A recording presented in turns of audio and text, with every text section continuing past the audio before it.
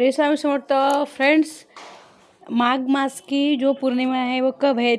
जो 23 की है या 24 के? जो लोग उपवास करते हैं उनको 23 को करना चाहिए, और जो लोग उपवास नहीं करते वो 24 को कर सकते हैं। क्यों? तो 23 को सत्यनारायण भगवान की कथा भी की जाती है, सत्यनारायण भगवान की पूजा की जाती है, और उनको पंचामृत स्नान करके सत्यनारायण की कथा पढ़ी जाती है, सुनी जाती है। ये ब्राह्मण को बुलाने की आवश्यकता नहीं होती है फ्रेंड्स इसमें। क्यों? तो हम महीने महीने करते हैं, तो हम अकेले खुद ही सुबह जल्दी उठ के, सुबह उसके नियम क्या है फ्रेंड्स? सुबह जल्दी उठना है, सुबह जल्दी उठ के सूर्योदय के पहले उठना है। सूर्योदय के पहले उठ के हमको नदी का स्नान करने का विशेष महत्व होता है। माघे जो होता है, माघे स्नान जो होता है बहुत महत्वपूर्ण होता है। लेकिन अगर हमारे पास नदी नहीं है तो घर में गंगा जल रखा ही होता है, तो गंगा जल में थोड़ा पानी सारा जल डाल के मिला के बकेट में डाल के नहा लीजिए। और फिर उसके बाद आपको सूर्य भगवान को जल देना है। तुलसी माता आज मत तोड़िए, आज तुलसी माता को आप दिया कीजिए घी का, और आप प्रदक्षिणा कीजिए, लेकिन तुलसी माता को तोड़िए मत। जल भी दीजिए लेकिन तोड़िए मत, आज का पूनम है, ठीक है। तो उसके पश्चात आप जो आप श्रीहरि विष्णु की आपके पास प्रतिमा कृष्ण भगवान की हो, जिस रूप में हो भगवान की प्रतिमा, मतलब राम कृष्ण या फिर छोटे बाल कृष्ण, जिसके भी रूप में स्वरूप में होंगे उनको आपको पंचामृत स्नान कराना है। फिर आपको सत्यनारायण भगवान की जो पूजा है तो वो करनी है, उसको आपको घर में ही बैठ के करना है।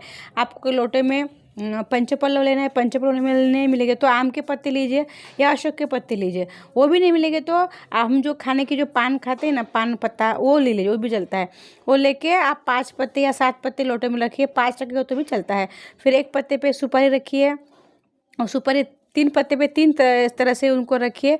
और एक होते गणेश भगवान जी होते हैं जो प्रथम पूजा, उनको स्थान देना ही पड़ता है, नहीं तो हमारा कुछ भी कार्य विघ्न से रहित नहीं होगा। क्यों? तो विघ्न हरता है तो ही विघ्न दूर करेंगे। तो प्रथम पूजा गणेश जी को, कुल देवता माता को और देवता को 3 सुपारी रखे, तीनों के नाम की। उसको धूप दीप अक्षत सब चढ़ा के पूजा कीजिए। फिर लोटे में हमको जल डालना है। जल डाल के उसके ऊपर हमको लोटे में भी हम क्या, एक कौड़ी डालते हैं, 1 रुपये का सिक्का डालते हैं, सुपारी डालते हैं, इलायची लौंग सब कुछ डालते हैं, जो आप डालते होंगे उस डाल के सब। उसके ऊपर आपको क्या करना है, बाल कृष्ण भगवान की मूर्ति रखना है। एक प्लेट में गेहूँ रखिए या चावल रखें। गेहूँ रखेंगे तो चलेगा, चावल रखेंगे तो आपको साबुत देख के रखना है। गेहूँ भी साबुत देखना है, लेकिन वो बड़े होते जल्दी हम देख के रख सकते हैं, तो देख लीजिए। हम तो गेहूँ रखते हैं। गेहूँ के ऊपर आपको बाल कृष्ण जी की मूर्ति रखनी होगी, उनको भी स्नान करना होगा पंचामृत का। उसके उनको रखिए, धूप दीप करिए। फिर आप हलवा बनाइए। हलवा किसका? कोई लोग खीर बनाते हैं, कोई लोग हलवा बनाते हैं। तो हम जो बनाते हैं वो आपको, जो आपके घर में परंपरा है वो इस प्रकार से कीजिए। फिर उनके सामने पंचामृत बनाइए और फूल चढ़ाइए। पीले फूल चढ़ाइए, पीले नहीं मिलेंगे तो जो कुछ मिलेंगे वो चढ़ाइए। और अत्तर रखिए उनके पास थोड़ा सा। और दिया, आज के दिन आपको दिया जो हम जलाते हैं वो पूरा दिन रात जलाइए। अमावस्या और पूनम को 1-2 दिन में ऐसा होता है, ये दिया कभी भी हमको दिन भर ही जलाना पड़ता है। पूरा रात दिन जलेगा तो बहुत अच्छा है। इसमें स्थायी लक्ष्मी का वास होता है। और आप सत्यनारायण भगवान की कथा कीजिए। इस प्रकार सत्यनारायण की कथा की मैंने आपको विधि बताई। और अभी आप मेन एक फ्रेंड्स नियम क्या होते हैं, इस दिन हमको ब्रह्मचर्य का पालन करना पड़ता है। जो लोग उपवास करते हैं, उपवास करें या ना करें, लेकिन इस दिन आपको बहुत शुद्धता का पालन करना पड़ता है।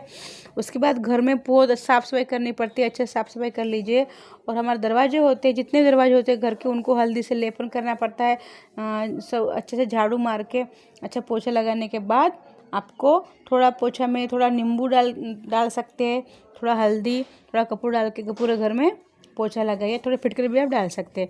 फिर आपको शाम को क्या करना है, पीली राई लेना है। पीली राई में एक वल्गा सूक्त बोल के स्तोत्र आता है, वो 11 बार बोल के वो पीले सरसों भी बोल के पूरे घर में, पूरे आप जहाँ जा रहे थे, अगर आपको बालकनी है, ऊपर रूम है, नीचे रूम है, अगर बड़ा घर है तो पूरे घर में आपको छाटना है। खाली टॉयलेट बाथरूम में नहीं छाटना है, पूरे घर में छिड़क देना है वो सरसों। उससे क्या होता है, उससे पूनम और अमावस्या इतने पावरफुल दिन माने गए हैं। यहाँ इस दिन में जो शक्तियाँ होती है फुल उनके परमाणु में होती है, मतलब बहुत पावरफुल हो जाती है। तो हमारे घर में नेगेटिविटी ना आए, इसलिए हमको ये सब करना है।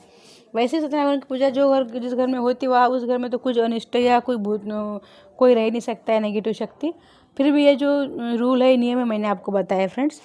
और अभी आपको जो एक काम करना है वो क्या करना है फ्रेंड्स, आपको देखो इसके मैं आपको कैसे किस जगह पे नहाने से क्या फल मिलता है वो बताओ। देखो, अगर आपके पास बकेट में पानी डाल के जब आप नहाते हैं गंगा जल, तो उसका 1 गुना फल मिलता है। जब हम घर में नहाते तो हमारे ग्रंथ में कहा गया है नहाई ज़्यादा गर्म हो ना या ठंडा हो, मीडियम हो, जिसका रूम टेम्परेचर पे होना चाहिए। देखो भाई, आप बीमार है, आपको अगर सहन नहीं होता है ठंडा पानी तो आप नहा सकते हैं गर्म पानी से। ये तो आपके शरीर के ऊपर डिपेंड करता है, ठीक है। जानबूझ के तो कोई करता नहीं है ना, शरीर ठीक नहीं है तो स्वस्थ नहीं है तो चलता है। उसके बाद आप सूर्योदय से सूर्यास्त तक कभी भी स्नान अगर आपको ठीक नहीं है शरीर तो कर सकते हैं। नदी में जाके नदी में जाने की बात है, घर में तो सुबह जल्दी करना पड़ता है, सूर्योदय के पहले करना पड़ता है। लेकिन सूर्यास्त तक करने का स्नान की विधि है, ये गंगा में स्नान की बात चल रही है, ठीक है। तो हमको सुरापान और ब्राह्मण हत्या का, अगर हम इस दिन अगर कुछ ऐसा अपवित्र काम करेंगे तो हमको ब्राह्मण हत्या का पाप करने का इस दिन पाप लगता है हमको। अगर गंगा स्नान करते तो ये पाप भी नष्ट होते हैं। कैसे, जैसे कि ब्राह्मण की हत्या का पाप बहुत बड़ा पाप माना जाता है ना, तो ये पाप भी गंगा जल से स्नान करने से, गंगा नदी में स्नान करने से हमारा कट जाता है। घर में नहाएंगे तो 1 गुना फल मिलेगा, तालाब में नहाएंगे तो 2 गुना फल मिलेगा, और नदी में नहाएंगे तो 100 गुना, और जो किसी महानदी में संगम में 4 गुना मिलेगा। और गंगा यमुना सरस्वती संगम में नहाएंगे तो उसका करोड़ गुना फल कहा गया है। जैसे कि प्रयाग में कहा है ना, प्रयाग आपको पता होगा, ठीक है। तो इसका तो फल हम गिन ही नहीं सकते। तो आप घर में भी गंगा जल मिक्स करके नहाइए। और आपको, बहुत लोग इस दिन ब्राह्मण भोजन करते हैं, सफ़ेद तिल या काले तिल पात्र में पितरों के लिए प्राप्त करने तर्पण करते हैं, मंत्र जाप करते हैं। बीमार है तो उनको नहीं होता है तो चलेगा, लेकिन इस दिन जिन लोग बीमार नहीं है, जिनका शरीर स्वस्थ है, उन लोगों को ये पूरे नियम पालन करने चाहिए। और हमको इस दिन माता लक्ष्मी और श्री विष्णु जी का श्री सूक्त से अगर आप पूजन करते हैं, कुमकुम अर्चन करते हैं, तो आपके घर में लक्ष्मी का स्थायी वास रहता है। ललिता सहस्त्र नाम का पाठ करते हैं। और बहुत सारे लोग क्या करते हैं आपको पता है, एक पानी लेते हैं परात में, उसको चांद भगवान को देख के ललिता सहस्त्र नाम का पाठ करते हैं। ऐसा करने से जितना लक्ष्मी आपके घर में जितनी स्थायी होती है ना, वो आप खुद अनुभव करके देख लीजिए। एक बार इस बार करके देखिए। एक पानी लीजिए तपेली में, या बड़े बहुत परात में या छोटे तपेली में ले लीजिए, आपके पास जैसा बर्तन उसको कीजिए। वहाँ पे चांद को देखिए, वहीं पे चांद की पूजा कीजिए, और चांद भगवान को देखते ललिता सहस्त्रनाम का पाठ कीजिए। तो आप देखेंगे आपके जीवन में क्या स्टेबिलिटी आती है, पैसा, पावर, सब कुछ इससे आता है। क्यों, तो ललिता सहस्त्रनाम जो उसके तुल्य कुछ भी नहीं है। और आप बहुत लोग श्री सूक्त का पाठ करते हैं, विष्णु सहस्त्रनाम का पाठ करते हैं। इसमें सब में से ललिता सहस्त्रनाम ज़्यादा पावरफुल माना गया है, ठीक है।